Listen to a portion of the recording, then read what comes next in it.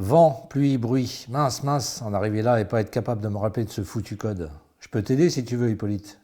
Qui est là? Qui me parle? S'interroge Hippolyte non sans avoir des inquiétudes. Retourne-toi et regarde par terre, tu vas me voir, lui répondit la voix. Hippolyte, c'est l'histoire d'un adolescent qui va vivre des aventures dans la forêt à côté de chez lui. 126 pages destinées aux enfants de 8 à 12 ans. Les enfants, ce sont eux qui ont mis Georges sur le chemin de l'écriture.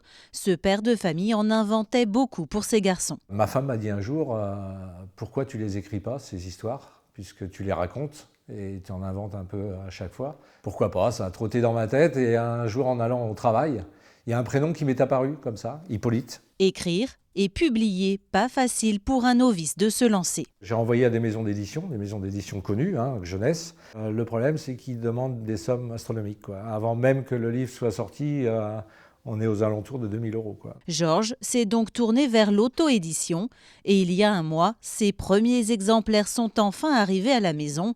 Une fierté pour cet ancien salarié de la biscuiterie nantaise qui a arrêté ses études au milieu du collège. Je suis fier effectivement parce qu'il y a un aboutissement, quoi, parce qu'il y a quelque chose dans les mains.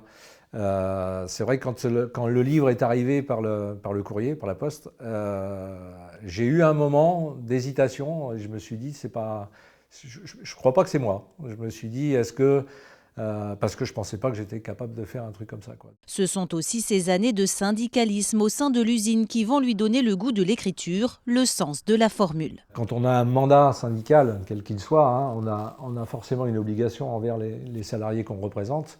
Et donc, il faut les informer. Donc, c'est par tract, c'est par affichage, c'est verbalement aussi qu'il faut faire les démarches si on veut être, entre guillemets, crédible.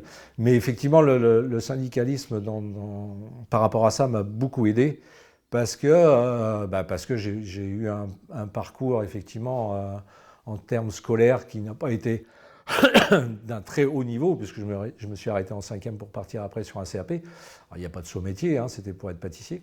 C'est le syndicat, effectivement, qui, par les formations, par le contact, qui m'ont donné la possibilité, effectivement, de pouvoir me mettre à écrire un livre. Son premier ouvrage est à vendre sur Amazon. D'autres livres sont en cours d'écriture.